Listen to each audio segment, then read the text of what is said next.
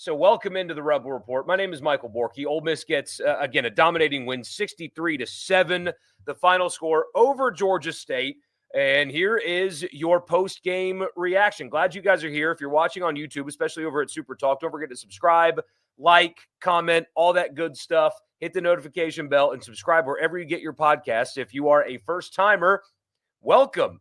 And you can get this wherever you get your podcast. Just search Rebel Report and subscribe and leave a rating and a review. Also follow me on Twitter at Michael Borky, TikTok, all that stuff. I'm trying to be everywhere. I guess that's what they tell you to do, is be on all the socials, even though, my gosh, Twitter is enough to manage in and of itself. All right, so there's a lot to get to tonight. I'm really glad that you guys are here. Again, if you're a first-timer, we'll do first. Box score house cleaning is what I call it. We'll just quickly go through the box score, stats that stood out, things like that, and then a few post-game thoughts, and then we'll get to the comment section, and we will wrap it up on this beautiful Saturday night here in Mississippi. But first, I want to tell you the podcast is brought to you in part by Toyota of Brookhaven. Check them out online at toyotaofbrookhaven.com. That is their website. And they will take care of you. And you don't need to live in the area if you want a great car buying experience. Check them out. Again, check out their website. They're off exit 40 in Brookhaven if you do live in the area. But if you want a great car buying experience, don't do what I did. I bought my last car from a dealership that was nearby, just in my backyard. They had a car that I liked. I just bought it. I went with it. I didn't really like the process. I didn't feel comfortable with who I bought it from, but I bought it anyway, and it turned out to be a bad car and a bad experience. Toyota of Brookhaven will treat you differently. They'll also give you $1,000 off on me if you just tell them that I sent you. $1,000 off on me. Any in-stock new Toyota, if you just tell them that I sent you. One of the highest-rated service departments in the state. Great in-house financing and more. Check them out, Toyota of Brookhaven. They will deliver. So, by the way, the streaming software that I use, if you were here at the beginning, the software added a sound effects board now. And so that was the volume I turned down on the intro music, was the sound effects board. I didn't know I had one. I will never use a sound effects board. And so I wish I could get rid of it, but that's what that's how that happened. So I'm glad all of you are here for the reset. All right, 63-7, the final score. Austin Simmons in his first start as a quarterback at Ole Miss went 20 of 31, a few drops mixed in there as well.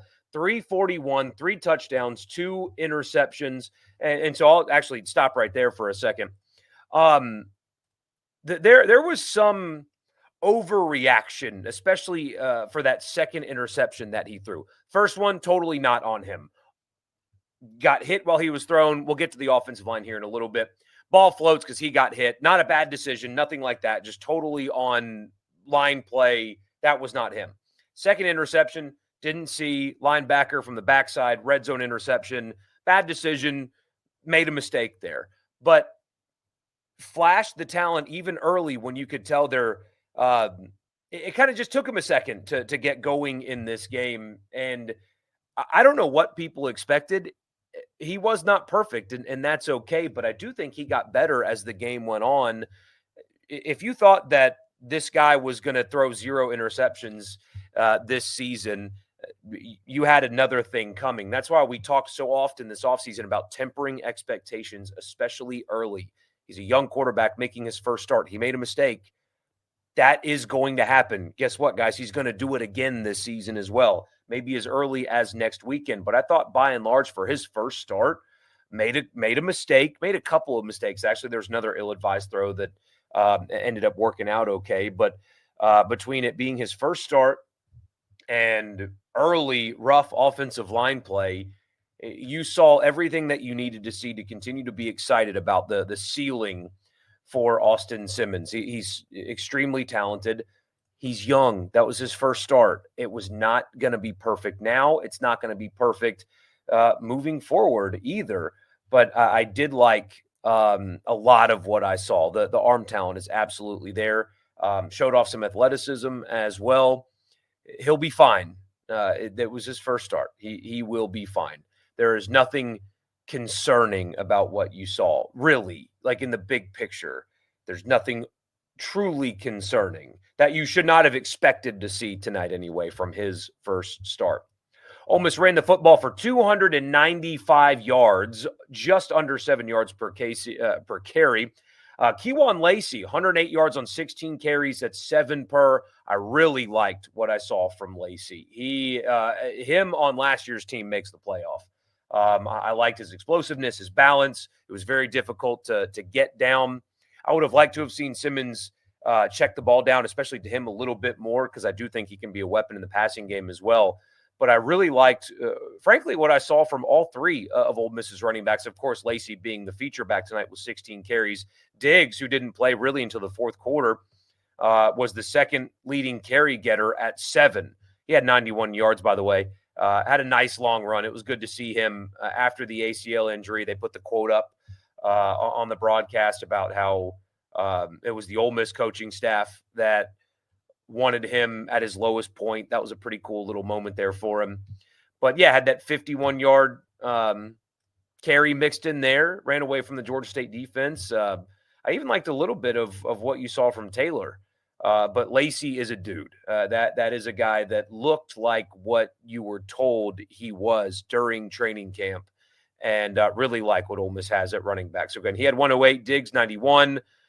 Deuce Alexander, the wide receiver, they're running some jet motion stuff, and he had 46 yards on just 3 attempts. Really liked that look.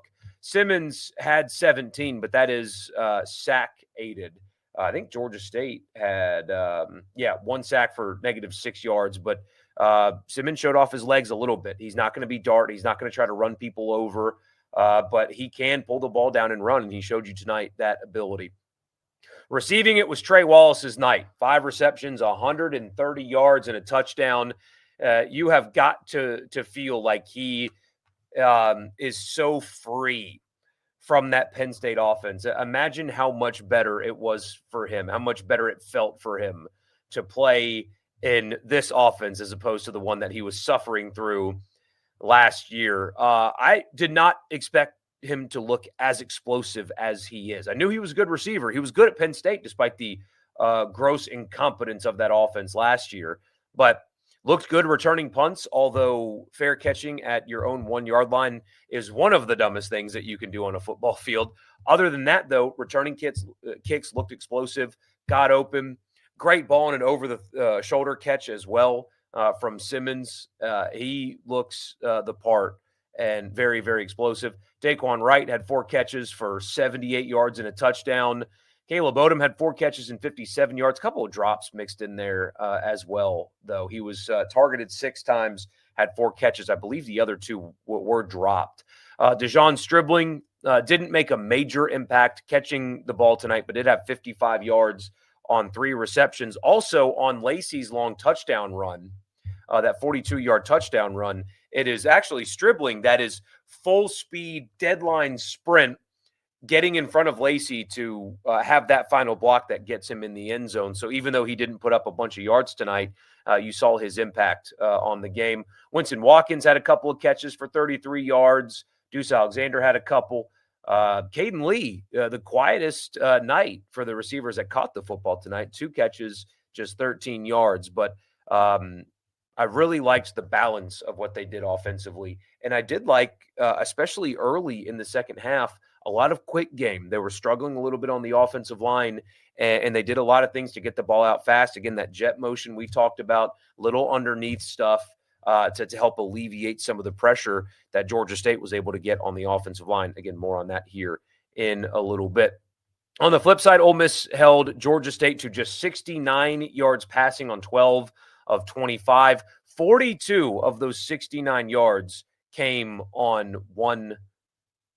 43 of the 69 yards came on just 1 catch. So otherwise pretty dominant. Georgia State ran for 191 yards. There's a little bit of fool's gold mixed in there because a lot of that came late in the game. But I do think that Ole Miss's secondary could have done a better job in run support. But they were really good in pass defense. Ole Miss offensively and defensively looked really fast. That was the big takeaway tonight. Yes, of course, it's Georgia State. That has to be the qualifier. We talked about it all week on here and especially on the radio show that everything we talk about in this game, in the context of this game, is it's Georgia State. It's Georgia State. it should be the second worst team they play all season long. They should have dominated them the way that they did. So now that that qualifier is out of the way, Ole Miss looked really fast. In the secondary, they looked really fast. You had that one long Georgia State touchdown where I forget who it was. Looked like he was going up to try to get an interception. Ball was thrown high. It ends up getting caught. He's off the ground when the receiver gets to plant, ends up scoring a touchdown after that. But otherwise, I thought the secondary looked really fast, especially when Georgia State tried to get the ball out quick. They pursued really well. On the defensive line, Xavier Harris was really disruptive. Liked a lot of what I saw from Cam Franklin as well. It was hard to kind of judge the Ole Miss defense by and large. Georgia State didn't give them many opportunities, but Daugherty was all over the place. I liked Yates and Chambers at linebacker, their speed in particular. Again, Cam Franklin had 6 tackles tonight. So we'll see. I mean, it's Georgia State, but you have to really like what you saw defensively by and large, replacing as many new guys as they did. It was something that I was quote unquote concerned about going into the game was with all these new faces, are there going to be communication issues? Is there going to be some mental lapses? Not really, especially again at the linebacker position and in the secondary and coverage looked quite good tonight against, again, a lesser team. But that was a really good defensive performance from Ole Miss tonight. And then finally, before we get to your comments, the last thing I want to get to is offensive line play. They had 700 yards and 63 points, but you guys saw it as much as I did. There's a reason we talked about offensive line so much this year, because you can come away from this game. I think you saw what we talked about with their pass catchers, right? Wide receivers, tight end. You should be really encouraged with what you saw from your running back. I think you should be really encouraged with what you saw from your quarterback.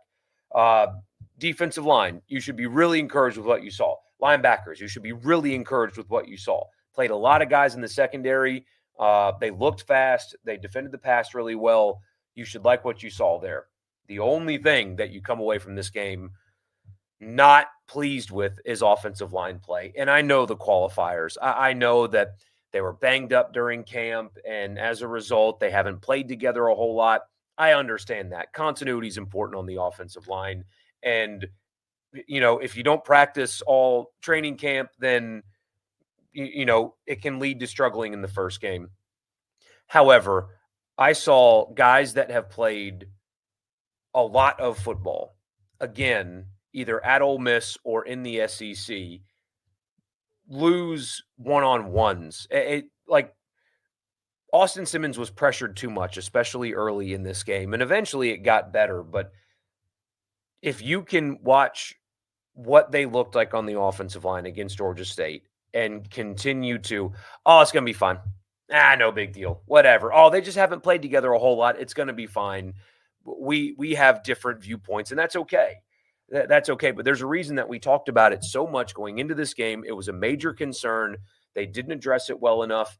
Can the starting 5, especially when they get fully healthy, be serviceable? Yes, they absolutely can. But when you're experienced offensive tackle is just getting beat off the edge by a Georgia State end, you've got a problem. When your transfer guard, regardless of his availability during training camp or not, gets picked on at times early in the game, you've got a problem. And especially, this is anecdotal. It was one thing. Maybe it's not like this. But when said transfer guard gets beat badly and you give up a hit on your quarterback and you see it happen, and instead of going to help your quarterback up, you just turn around, I thought that was a really bad look. You give up a sack and your quarterback is on his backside and you just turn around. You don't go help him up. I didn't like to see that either. If you can watch what they looked like on the offensive line and think, oh, it's fine. All is well. No big deal. They just need to play together more. I'm sorry, I don't agree with you. Can they be serviceable? Yes, they can. But you have multiple years of a sample size now that tells you that you should not provide the benefit of the doubt to that group until proven otherwise. And so I'm telling you, I would like to be wrong about it. I would like to be totally wrong, and they just a few weeks from now, they're dominating up front and everything is fine. But I saw multiple Georgia State defensive linemen win just one-on-one type reps with Ole Miss's offensive linemen and get after the quarterback too easily. And I don't know if you guys got to watch much of LSU tonight. That defensive front is nasty. They had Cade Klubnik on his home field in absolute hell tonight. So it's not going to get any easier. In fact, it's only going to get much more difficult. So I'm not doing the all is well thing. It's a problem. It is a spotlight problem for this football team. It very well could be their Achilles heel. They could overcome it. They can scheme around it. They could get better. All of those things, certainly possible. But if you watched tonight and came away thinking that all is well, I think that you are blinded with red and blue glasses and not looking at it objectively, because they did not inspire confidence, or they should not have inspired confidence from anybody in this game, despite the score and the offensive totals. They have got to be much better, or it's going to cost them games this year. So we'll get to your comments after I tell you the podcast is brought to you in part by Advantage Business Systems. Check them out online at absms.com. Advantage Business Systems has you covered for all of your Mississippi office technology needs. Tell them that I sent you. You'll get a complimentary office technology assessment. So you tell them what you need and what your budget is, and they will find a solution for you on me, absms.com. Also, Priority One Bank, they make you their priority every single day. They have an online banking platform that's pretty awesome. There's also 16 locations, so there's likely to be one near you. Local loan servicing and decision-making. Bank with me at Priority One Bank. So, again, for those of you that are new, this stream tonight is exclusively about the Ole Miss game. We'll get to the other games of the weekend tomorrow night. Okay, so just Ole Miss tonight. We'll talk about all the other ones tomorrow at 9, tomorrow night. Good to see you, Cody T. Glad to see you. I'm sure you're busy today, though. Your Aggies, a little close. Good to see you, James. Think they should have spent a little more money on the offensive line. To tell you the truth, man, I don't think that there were many available options on the offensive line. This is what we've been talking about. The portal strategy appears to not be ideal when building an offensive line. It's working for them at other positions. That one seems to be different. The offensive line's a national emergency. Everything else seems to be workable. One bad play on D. Yeah, and that does happen, right? It will happen in football games sometimes. But considering, especially how new the secondary was, we talk about this all the time. But as Pete Golding said, 9 players in the secondary going through training camp that either were injured for spring or were not on Ole Miss's roster in the spring. And knowing that there was that much new and lack of continuity, I thought they really performed well. I mentioned, I think that they could have done a better job in run support. That's something just to kind of keep an eye on. A couple of bad angles and maybe some poor or quote-unquote soft tackling in the back end of the defense. But otherwise, I mean, I'm nitpicking. You should come away pretty pleased with what you saw on that side of the ball tonight. Love seeing the running game. Womack impressed as well. O-line needing improvement. Simmons a little shaky and showed his capabilities. Logan Diggs looked great. Yeah, he did look great there at the end. Yes, and with Simmons, he was a little shaky early. But, man, the talent there it's undeniable. And Jordan Rodgers pointed out on the broadcast there was that he missed a ball to Caden Lee, tried to rocket one in there where really a more not a floater, if you will, but with a little bit more touch. He could have run under it, made a catch there for a first down. Little things like that he's got to work on. But one bad mistake with the interception, the other one totally not his fault at all. Lots of stuff up front to fix, particularly in the pass game. But other than that, it was pleased. Should be. Appreciate you doing this tonight. Of course, man. Absolutely. Trey Wallace looked good. Yes, because he's just removed from the clutches of having to play wide receiver for Drew Aller. Borky's the man for these post-game lives. Yeah, hopefully you didn't see the first one that I tried to do. Wide receivers all looked good, honestly. Yes, that is a very, very talented group that they have. And remember, Luke Has, who they really liked in training camp, is still um, not playing. So that is something that will be added. That's a weapon that will be added to this Ole Miss offense with time. Um, I think you'll see less of Odom when he comes back as well. But that's just me. Is it just me, or did the O-line seem to look a little better as the game progressed? A little bit. A little bit. And maybe that's that. Maybe they were shaky too early in the game, but they did not look physical enough against an opponent like that. They have so many weapons around them that it masked a lot of that. It's Georgia State after all. Hope Diggs gets some more carries next week. The problem, it's a good problem, but the problem is getting Diggs carries means Lacey's not getting any, and he was really impressive. 63-7 isn't bad against a team that beat Alabama last season. Love it. Almost broke an SEC record tonight. What record? I did not see that. If they said it on the broadcast, I was getting set up for this. Takes time for the O-line to gel, but yeah, they seemed better. Yeah. Love you too, Peyton. Trey Wallace was impressive. He's an upgrade in the return game. As long as he never, ever, ever, ever, ever, ever, ever, ever again fair catches the ball on the 1-yard line. Never, ever, ever again do that. Never again.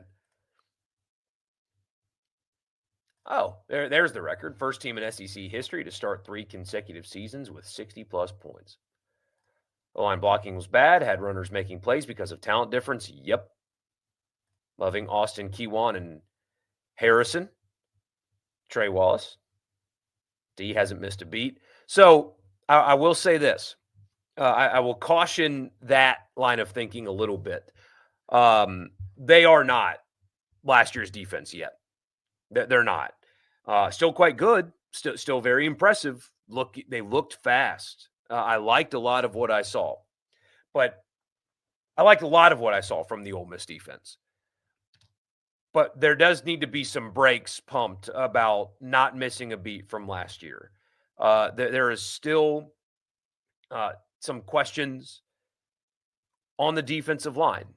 They're talented. They're still very young. I did not see a Walter Nolan or even a Princely tonight. I didn't see a Jared Ivey tonight. I saw good players. Xavier Harris was really disruptive, had the interception, big man, INT, and then breaking the basketball goal. Daughtery was moving all around the place. I like what they have at linebacker, but you can tell that there is a step back on the front six right now. Now, a step back from the number one front six in college football is still a quite good one. But the idea that they didn't miss a beat, I think that is not the case yet. Good. But I do think that they have some growth that they still need to do up front on defense before we start comparing them to last year's. Kewan Lacey with all caps, absolutely. Right guard got beat a lot early in the game. Yes, he did. First game for Simmons. He will get it in time. Absolutely. Lacey looked good. Very good. Kutas was underwhelming. That's the one I was talking about. He needs to be much better. I know he was injured during camp, but I don't value that as an excuse. He's played too much SEC football to look like that against Georgia State, to blame missing time in training camp as the reason why. Running backs made a lot happen. They did. That won't be as easy when LSU comes to town. The line's major concern. We'll be lucky if they improve at all throughout the season. SEC defenses are going to plow through them. Have to scheme away from that. I think they're capable, though. Womack is a stud. looked the part physically. So did Cam Franklin.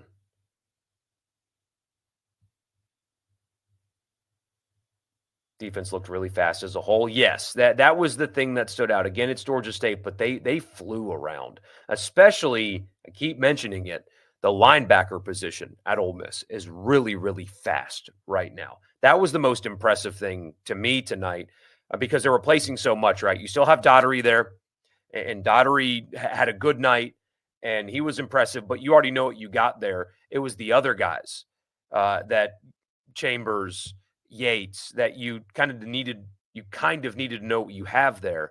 And what they showed you was speed. And I mean, there was one missed opportunity. Georgia State's quarterback pulled it down for a run, missed open field tackle there. But those guys, sideline to sideline, were really disruptive when Georgia State was trying to do that quick passing game.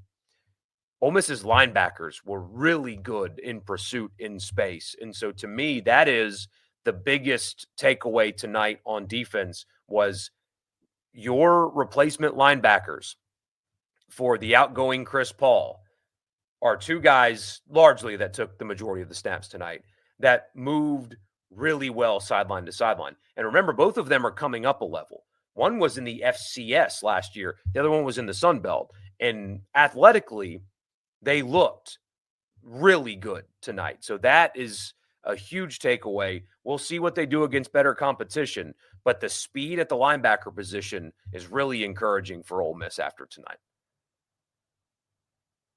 Trey Wallace also looks fast. Absolutely. Watkins impressed as well for a freshman. They really, really like him. Perkins kind of quiet tonight. You're going to have some teams that are going to scheme away from him as best they can as well. But he wouldn't give – I mean, the pass rush for Ole Miss was not given that many opportunities. Georgia State only threw the ball 25 times, and the majority of those were get the ball out fast type stuff. They were not trying to have long developed passing plays because they know that Ole Miss defensive line is not going to allow you to have the opportunity to do that very much. So Georgia State was getting the ball out quickly tonight. Loving Austin, Kewan, and Trey. That D you've hardly missed up. Sorry, I already read that one. What am I thinking? Odom had a touchdown, bud. I hope I didn't say that he didn't. Sorry if I said that he didn't, but they were covering Caden Lee tonight. He will shine. The receiver core is so deep. Absolutely. Any details on Logan Diggs, saving for later, or is he really low on the depth chart? I don't think it's a saving for later thing. I think Kewan Lacey just came in and took the job. And you saw tonight why he was able to do that. He looked quite dynamic. And so I don't think it's anything deeper than that. I still would like to see them rotate backs a little bit more than they did. It's just going to be a thing that they're not going to do very much of, apparently. It was an issue last year, but I guess what we learned that they only thought that they had one running back, but Lacey just won the job, and he showed you why tonight. Touch breath, a couple of deep throws after those interceptions. I think this year will make people appreciate Dart even more than they already do, but Simmons will be fine. He will be fine. He will make mistakes, but he will be fine. Absolutely. Wonder if that Rashad Amos kid, the running back for Georgia State, has any eligibility left. Goodness, how did he not see the field last year? Because when you can play an undersized walk-on that's lacking in athleticism, you got to do it. But anyway, thing that concerned you that you saw from the offensive line was they did not rally to their quarterback when he got hit. Yeah, I brought that up earlier. That is something that I didn't like at all. Didn't like that at all. Offensive line sucks. Be lucky to win 8 games. Hire Matt Luke. Matt Luke is not coming back to Ole Miss as a staff member. We had the Randall Joyner version of an offensive line coach. They'd be a blue blood. No kidding. No kidding. What can you possibly do to improve the offensive line? Trade draft picks. You get healthy. and you scheme around it, and you hope that with increased playing together, they get better. Wasn't there a late signing to the offensive line? Yeah, but not somebody they expect to play this year. It was a depth piece, a junior college kid. If they have to play him, they're in big trouble. Garrison has shown us all that it's time for a change. These next few weeks are massive for his immediate future, or at least they should be. You keep saying win one-on-ones, but it was more just blew by a ghost man on the way to the quarterback reps. Yeah. Jane Williams is the only above-average offensive lineman. He played all right, but he got beat badly on one as well. You're the only one a little nervous for next Saturday. I don't think you should be. I watched a little bit of Kentucky, and they are gross. Offensive line, specifically the inside guard play, has to be better. Do you think this is the main reason they didn't make the playoffs last year? Agree with you about the portal in that particular position group. Ceiling is very high for Simmons if they can protect him. Yeah. Do I think the offensive line did better in the run game? Not really. It's Georgia State. I know that's flippant, but that's just kind of where I am on this. Savion Harris is going to get a lot of double teams this year. Yeah, and he was still disruptive despite them. He is such a beast. The rumor of Wright and the Wildcat appeared to be true for one snap. Looks like they're going to get a little bit creative with those running formations. They brought in Trinidad a couple of times early as well. Taylor also took a Wildcat, quote unquote, snap there. So I'm curious because it looks like they showed a little bit more creativity on short yardage instead of just snapping it to the defensive lineman to get a yard, that they have a little bit more in the holster there. Savion Harris is a first rounder. He can be one, like the kicking game and punts. Yeah, especially since that was, his first name's Charlie, right? I got to find it now. Sorry. Hold on. I don't want to get his name incorrect. Bird. It's not Charlie.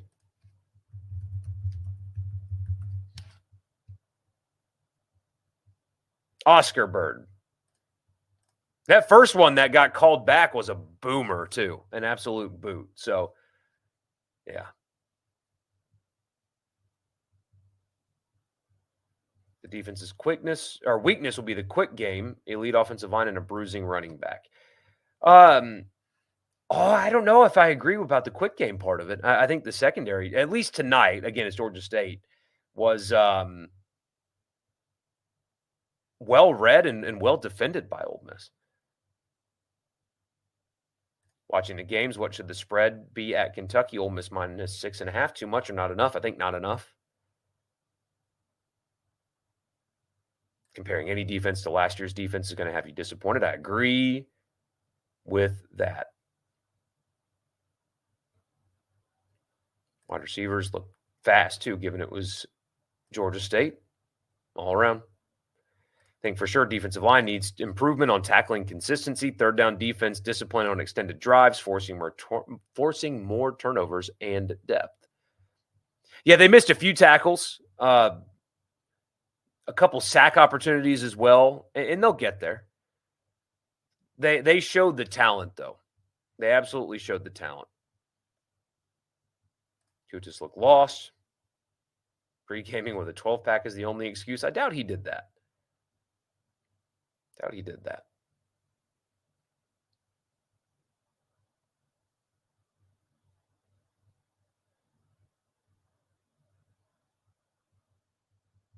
Help me out with this one. Lacey looked good. I don't think they like him. I think they love him. But I'd like to see him subbed out more. He was a force, especially in games like this. Yeah.